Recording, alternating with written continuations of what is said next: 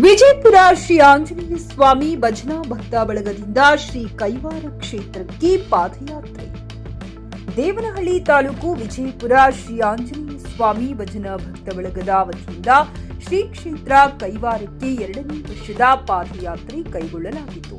ವಿಜಯಪುರ ಪಟ್ಟಣದ ಬಲಿಜಪೇಟೆಯ ಶ್ರೀ ಲಕ್ಷ್ಮೀ ವೆಂಕಟರಮಣ ಸ್ವಾಮಿ ದೇವಾಲಯದಲ್ಲಿ ಶ್ರೀಯವರಿಗೆ, ಅಮ್ಮನವರಿಗೆ, ಸದ್ಗುರು ಶ್ರೀ ತಾತಯ್ಯನವರಿಗೆ ಪೂಜೆ ಸಲ್ಲಿಸಿದ ನಂತರ ಪಾದಯಾತ್ರೆ ಉದ್ಘಾಟನೆಯನ್ನು ದೇವಾಲಯದ ಭಜನಾ ಮಂಡಳಿ ಅಧ್ಯಕ್ಷರಾದ ಶ್ರೀ ತಿಮ್ಮರಾಯಪ್ಪ ಸ್ವಾಮಿಗಳು, ಅರ್ಚಕರಾದ ಲೋಕನಾಥ್ ಸ್ವಾಮಿಗಳು ಮತ್ತು 10ನೇ ವಾರ್ಡಿನ ಪುರಸಭೆ ಸದಸ್ಯರಾದ ಎನ್ ಮಂಜುಳಮ್ಮ, ಆರ್ ಮುನಿರಾಜರವರು ಉದ್ಘಾಟನೆ ಮಾಡಿದರು.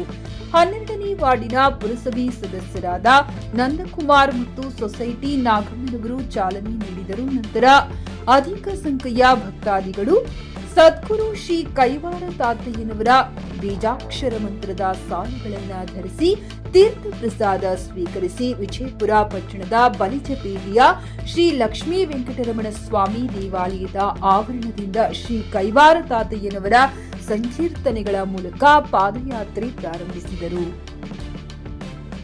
ಜೈನ್ ಕೃಷ್ಣಾರೆಡ್ಡಿ, ಜಿಕೆ ನ್ಯೂಸ್ ಕನ್ನಡ, ಚಿಕ್ಕಬಳ್ಳಾಪುರ.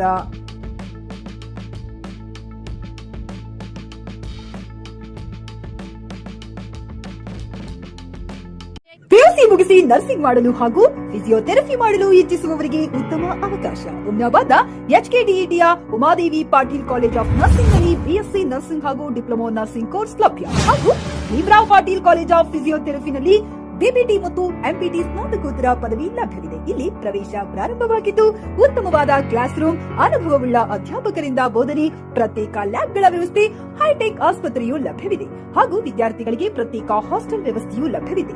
ಹಾಗಿದ್ರೆ ತಡೆಯಾಕೆ, ಹಿಂದೆ ಭೇಟಿ ನೀಡಿ. NH65 ರಸ್ತೆ, ವೀರಭದ್ರಗಿರಿ, ಸಿಂಗನಕೀರ ಕ್ರಾಸ್, ಹುಮ್ನಾಬಾದ್. ಹೆಚ್ಚಿನ ಮಾಹಿತಿಗಾಗಿ ಸಂಪರ್ಕಿಸಿ ಆಡಳಿತಾಧಿಕಾರಿ ಡಾ ಸದಾನಂದ ಪತ್ರಿ 9019078988.